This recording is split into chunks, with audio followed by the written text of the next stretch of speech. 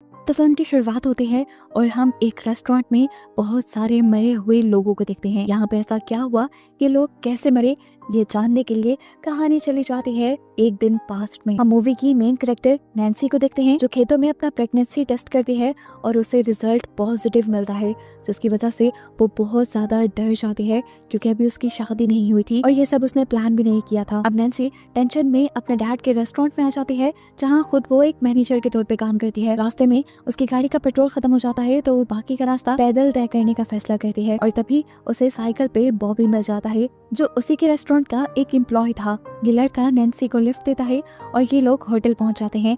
Hotel पहुंचते ही Nancy को उसके डैड बताते हैं कि आज रात को इस होटल को तुम्हें ही संभालना होगा क्योंकि मुझे एक मीटिंग में जाना है। नैन्सी हाँ में सर हिलाती है क्योंकि उसे लगता था कि वो सब मैनेज कर सकती थी। उसके डैड ने बताया तुम्हारी मदद के लिए मैंने जैक को यहाँ रोक लिया है, लेकिन ये सुनकर नैन्सी को गुस्सा आ गया। जैक उसे बिल्कुल पसंद नहीं था। वो अपने डैड से रिक्वेस्ट करती है कि आप बॉबी को यहाँ रोक लें, लेकिन उसके डैड मना कर देते हैं ये कहते हुए कि मैं जैक को पहले ही कह चुका हूँ। नैन्सी अब डैड के ऑफिस से बाहर आती है तो अचानक उसे वॉमिटिंग होने लग जाती है, इसीलिए वो अपने होटल से बाहर निकल आई थी जहाँ सिगरेट पीने के लिए जैक भी आया हुआ था।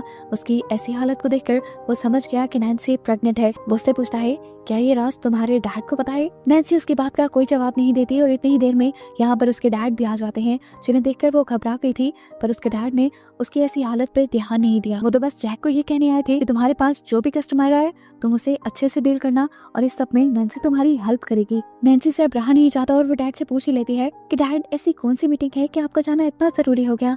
तो उसके डैड ने कह दिया तुम्हारी मॉम के मरने के बाद मैं काफी अकेला फील करता हूँ, इसलिए मैंने शादी का फैसला किया है और मैं एक लड़की से मिलने जा रहा हूँ। ये सुनकर नैन्सी की उदासी और भी ज्यादा बढ़ गई।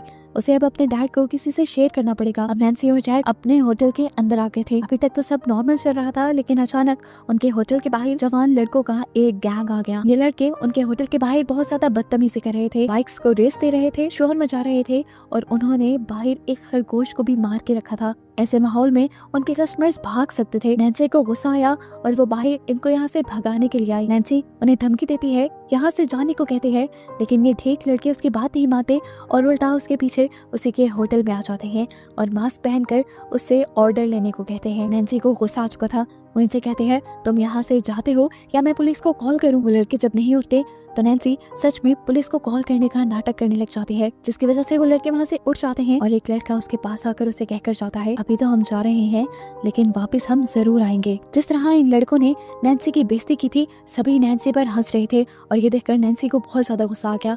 उसने पूरे स्टाफ को बुलाया और सबको बताया कि मैं तुम्हारी मैनेजर हूँ और मेरी इज्जत करना तुम्हारा फर्ज है। वो बताती है कि मेरा ऑर्डर मानना तुम्हारी ड्यूटी है क्योंकि मैं यहाँ की ऑनर हूँ। जिस पर जैक ने कहा कि ये सब तुम्हारे डैड का है ना कि तुम्हारा, इसमें तुम्हारा कोई क्रेडिट नहीं। जैक उससे ये भी कहता है कि तुम्हारे से ज्यादा काबिल लोग हम हैं। नैन्सी की गुस्से की इंतहा हो जाती है और वो जैक की इस बदतमीजी पर उसे जॉब से ही निकाल देती है। जैक हैरान हो गया। उसने कहा कि तुम ऐसा नहीं कर सकती, लेकिन नैन्सी ने कहा अब मैं मैनेजर हूँ और मेरे ही ऑर्डर चलेंगे। जैक क्या भी करता गुस्से में यहाँ पर अपना एप्रन उतार कर चला गया। नैन्सी ने ये जो सब कुछ किया था जज्बात में आकर किया था। उसे समझ नहीं आ रही थी कि उसे हो क्या क्या था। वो वॉशरूम में आती है, अपना मुंह धोती है और अपने आप को रिलैक्स करने की कोशिश करती है।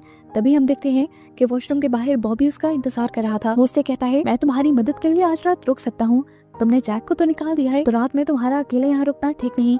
इस पर नैन्सी को और भी ज्यादा गुस्सा आ जाता है। उसे लगता है कि बॉबी इस पर तरस खा रहा है और इसे दोस्ती करने की कोशिश कर रहा है। वो बॉबी को खरी खरी सुना देती है कि तुम मेरे टाइप के नहीं हो और मेरे से दोस्तियां बढ़ाने के लिए इस तरह मुझे इम्प्रेस करने की जरूरत नहीं। ये बातें सुनकर आज बॉबी भी बहुत ज्यादा हर्ट हुआ था और वो यहीं पर नैन्सी को छोड़कर चला जाता है। कुछ ही देर में पूरे स्टाफ की शिफ्ट खत्म हो जाती है और नैन्सी इस जगह अकेली रह जाती है। उसे पूरी रात अकेले शिफ्ट करनी थी। नैन्सी पहले यहाँ की सफाई करती है और उसके बाद कस्टमर ना आने पर अपने डैड से कॉल पे बात करने लग जाती है। कॉल पर उसने अपने डैड को बताया कि वो जैक को फायर कर चुकी है। उसके डैड भी हैरान हो जाते हैं तो नैन्सी उससे कहती है वो मेरी बिल्कुल रिस्पेक्ट नहीं कर रहा था और उसने सबके सामने मेरी बेइज्जती की, मैं क्या करती। अब उसके डैड परेशान हो गए थे क्योंकि नैन्सी पूरी रात अकेले रहने वाली थी। वो उससे पूरी रात अलर्ट रहने को कहते हैं और कोई भी प्रॉब्लम होने पर उन्हें कॉल करने को कहते हैं।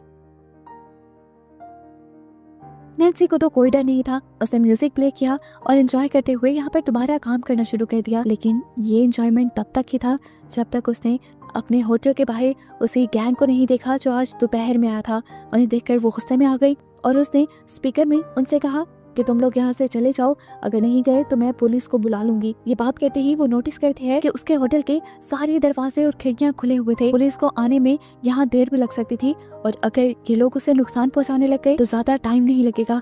यही सोच आते ही उसने सारे खिड़कियां दरवाजे बंद करना शुरू कर दिए। ये सब बंद करने के बाद वो जल्दी से पुलिस को कॉल करती है और बताती है कि बाहर बाइकर्स का एक गैंग है जो मुझे यहाँ तंग कर रहा है। पुलिस वाले उसकी मदद के लिए एक इंस्पेक्टर भेजने की बात करते हैं। फोन रखते ही उसे अपने होटल के चारों तरफ से जोर जोर से दरवाजा बजाने की आवाज आने लगी थी। वो डर गई थी। वो एक काउंटर के नीचे छुप गई। काफी देर नॉक होने के बाद अचानक से वो नॉक होना बंद हो गई। नैन्सी को कुछ सुकून मिला और एकदम से दोबारा उसके दरवाजे पे किसी ने नॉक किया। वो डर गई। चुपके से उसने काउंटर से उठ के बाहर देखा तो बाहर शेरिफ यानी पुलिस ऑफिसर आए थे, जिसके लिए जाकर उसने फौरन से दरवाजा खोल दिया। यहाँ पर आते ही ऑफिसर उसे कहते हैं कि मुझे इस जगह की पूरी जांच करनी होगी। वो इस जगह की तलाशी अच्छी तरह लेते हैं, लेकिन नैन्सी के अलावा उन्हें यहाँ पर कोई नहीं मिलता। यहाँ पर तो दूर उन्हें होटल के बाहर भी कोई नहीं नजर आता। इस जगह को चेक करने के बाद वो पुलिस में रिपोर्ट करता है कि उसे तो यहाँ पर कोई खतरा नहीं नजर आया। हो सकता है कि ये लड़की का वहम हो और उसका डर दूर करने के लिए वो कुछ देर के लिए यहाँ लड़की के साथ रुक रहा है। इसके बाद वो नैन्सी से अपने लिए कॉफी बनाने को कहता है और वहीं बैठ जाता है। उसकी नजरें भी नैन्सी को अनकंफर्टेबल कर रही थी। फिर वो पुलिस ऑफिसर नैन्सी के पास आया और उससे कहने लगा, चलो तुम मेरे साथ पुलिस स्टेशन चलो। उस ग्रुप के वारदात बहुत ज्यादा बढ़ चुके हैं और तुम्हें मेरे साथ चलना चाहिए और पुलिस में कंप्लेन करनी चाहिए। अभी वो उसे घसीटते हुए साथ लेके ही जा रहा था कि एकदम से पीछे से उसी गैंग के लड़कों ने आकर शेरिफ के ऊपर हमला कर दिया और कुछ ही देर में उसे जान से मार दिया। नैन्सी ये देखकर बुरी तरह घबरा गई। अपनी जान बचाने के लिए वो गैराज में जाकर छुप गई थी। वो बहुत ज्यादा डर चुकी थी। समझ नहीं आ रहा था कि वो किसी को मदद के लिए बुलाए तो बुलाए कैसे। लेकिन तभी उसकी किस्मत जाग जाती है कि बॉबी पहले ही उसके एहसास में यहाँ आ रहा था। उसे देखकर नैन्सी को काफी हौसला होता है और वो जल्दी से बॉबी को खामोश करवाते हुए होटल के अंदर ले आती है। और यहाँ हम देखते हैं कि वो ग्रुप के लड़के भी अब इस होटल के अंदर आ चुके हैं। यहाँ पर नैन्सी ने अपनी दोस्त को भी मैसेज कर दिया था कि वो उसकी मदद के लिए किसी को बुला ले या वो खुद यहाँ पर आ जाए। इससे पहले कि ये दोनों कुछ और कर पाते, वो गैंग इन दोनों को आकर पकड़ लेता है और कैद कर लेता है। नैन्सी के सामने अपनी गाड़ी की चाबी भी थी, लेकिन हाथ बंधे होने की वजह से वो उठा नहीं सकती थी। अब एक बंदा नैन्सी के मुंह और हाथों पे टेप लगाकर उसे एक कमरे में बंद कर देता है, जहां नैन्सी अपने हाथों को छुड़वाने में कामयाब हो जाती है। वो बहुत ज्यादा डरी हुई थी। इस बंदे से अपनी जान बचाने के लिए वो अपने पास मौजूद एक नाइफ उठाकर बैग से उसके अंदर स्टैब कर देती है, जिससे वो लड़का वहीं मर जाता है। और नैन्सी जब उसका मास्क हटाकर देखती है तो दंग रह जाती है। ये कोई और नहीं बल्कि उसके होटल का अपना एम्प्लॉय पीट था। कुछ ही देर में वो देखती है कि बॉबी भी खुले हाथों के साथ यहाँ इस रूम में आ रहा था।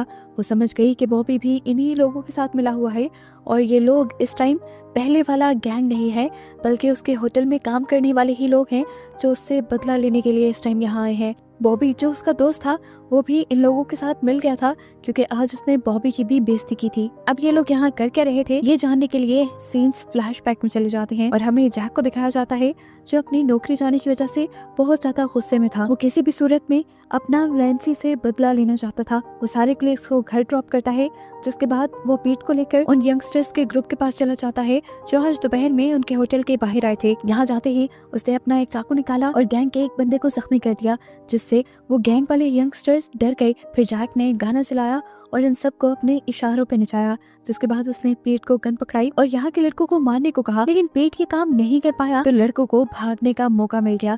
जिसके बाद जैक ने पीट से शाम को रेस्टोरेंट में मिलने को कहा। लड़कों के यहाँ से भाग जाने के बाद वो लड़कों के मास्क और कपड़े लेकर यहाँ से निकल आता है और रात में अपने बाकी कलीग से मिलता है। वो इन सबसे कहता है, मैं जानता हूँ नैन्सी ने तुम सबको हर्ट किया है, वो बहुत बुरी मैनेजर है। अगर तुम उससे बदला लेना चाहो तो मेरा साथ दे सकते हो। सभी के अंदर नैन्सी के लिए गुस्सा था तो सभी उसका साथ देने के लिए मान गए। यानी ये सारा प्लान जो इस टाइम हो रहा था उसके पीछे मास्टरमाइंड जैक ही था। बॉबी इसलिए जैक के प्लान में शामिल हुआ था क्योंकि उसे लग रहा था कि जैक ज्यादा से ज्यादा नैन्सी को डराएगा ही, उसे कोई नुकसान नहीं पहुंचाएगा। पहले ये लोग नैन्सी को डराने लगे और जब नैन्सी ने सचमुच में पुलिस ऑफिसर को कॉल कर दी तो पहले ये लोग छुप गए और फिर अपने आप को बचाने के लिए इन्होंने ही मिलकर उस पुलिस ऑफिसर को मार डाला। इस टाइम बॉबी जैक के प्लान से बाहर हो गया और उसने अपना मास्क उतारा और नैन्सी की मदद के लिए चला गया, क्योंकि उसे कहीं ना कहीं नैन्सी से हमदर्दी थी। उसे नैन्सी पसंद थी सीन्स दोबारा प्रेजेंट में आते हैं जहाँ नैन्सी ये सब कुछ जानकर बहुत ज्यादा गुस्से में थी। इस टाइम पीट जिसके ऊपर नैन्सी ने हमला किया था वो जख्मी था। ये लोग उस लड़के को उठाकर होटल के अंदर ले आते हैं। अब वो प्लान कर रहे थे कि पीट की जान बचाने के लिए वो किसी को मदद के लिए यहाँ बुलाएंगे, लेकिन किसको बुलाते, कौन इनकी मदद करता, ये एक पुलिस केस था। जहाँ हम देखते हैं कि बॉबी को नैन्सी की कार की चाबियां दिख गई जिसे उसने उठा लिया और तभी जैक को उसके एक साथी ने आकर बताया कि नैन्सी यहाँ से भाग गई है। ये सुनकर जैक गुस्से में आ जाता है और फौरन ऑन गोल नैन्सी को पकड़ने को कहता है। उसने बॉबी से भी नैन्सी का पीछा करने को कहा, लेकिन यहाँ पर बॉबी ने उल्टा ही जैक के ऊपर हमला कर दिया, उसके फेस पर पंच किया। जबकि दूसरी तरफ अब हमें नैन्सी के डैड को दिखाया गया जो नैन्सी का पता करने के लिए कॉल कर रहे थे, लेकिन होटल में कोई कॉल पिक नहीं कर रहा था। यहाँ वो लड़का जो नैन्सी के पीछे आया था उसे पकड़ने के लिए नैन्सी बड़ी चालाकी से गरम गरम खौलता हुआ पानी उसके ऊपर फेंक देती है, जिससे उसका सारा मुंह जल जाता है। उसी देर में ये लड़का अब जलन से मारा भी गया था। अब वो चुपके से रेस्ट रूम की तरफ आ गई जहाँ उसने आकर देखा कि बॉबी जख्मी पड़ा था।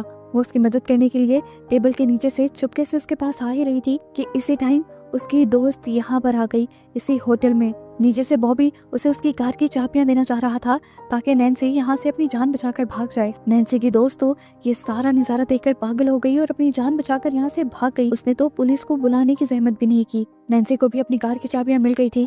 मौका पाते ही जैक की नजरों से बचते हुए वो होटल के दरवाजे से बाहर भागी, लेकिन तभी पीछे से जैक ने भागते हुए उसे पकड़ लिया। वो उसके बालों से उसे पकड़ते हुए पीछे से उसकी बैक में स्टैब कर देता है और फिर उसकी बॉडी को भी होटल के अंदर ले आता है। जैक को लग रहा था कि अब सब लोग मर गए और वही जिंदा है।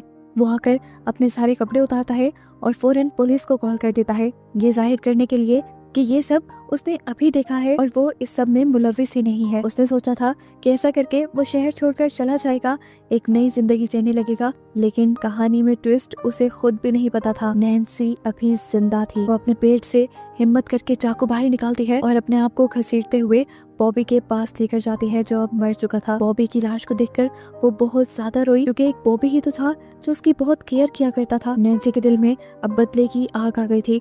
उसने हिम्मत की और जाकर अपनी गाड़ी में बैठ गई। वो ड्राइव करते हुए आई जैक के घर। उसने जैक का दरवाजा नॉक किया। इस टाइम जैक को किसी के अपने घर आने की उम्मीद नहीं थी। उसने दरवाजा खोल के देखा तो वहाँ नैन्सी थी और नैन्सी ने बिना वक्त ज़ाया किए अपने हाथ में पकड़ा हुआ चाकू उसकी गर्दन में स्टैब करते हुए उसे मार डाला और अपना बदला ले लिया। उसके जिस्म में अब खुद हिम्मत बहुत कम रह गई थी। वो अपने आप को घसीटते हुए 2-4 कदम ही आगे लेकर गई और वहीं पर गिर गई। इस टाइम उसे अपनी मॉम याद आ रही थी। अचानक उसके करीब एक कार रुकती है जिसमें से उसके डैड उसके पास आते हैं। उन्होंने करीब ही नैन्सी की कार देख ली थी, इसलिए वो यहाँ आए थे। अपनी बेटी की ऐसी हालत देखकर वो परेशान हो जाते हैं और उसे कहते हैं, हिम्मत करो, मैं तुम्हें डॉक्टर के पास ले जाऊंगा, तुम्हें कुछ नहीं होगा। लेकिन नैन्सी यहाँ उन्हें रिलैक्स करती है और उन्हें सच्चाई बताती है कि मैं प्रेग्नेंट हूँ। और बस यही बताते हुए ये कहानी यहाँ खत्म हो जाती है।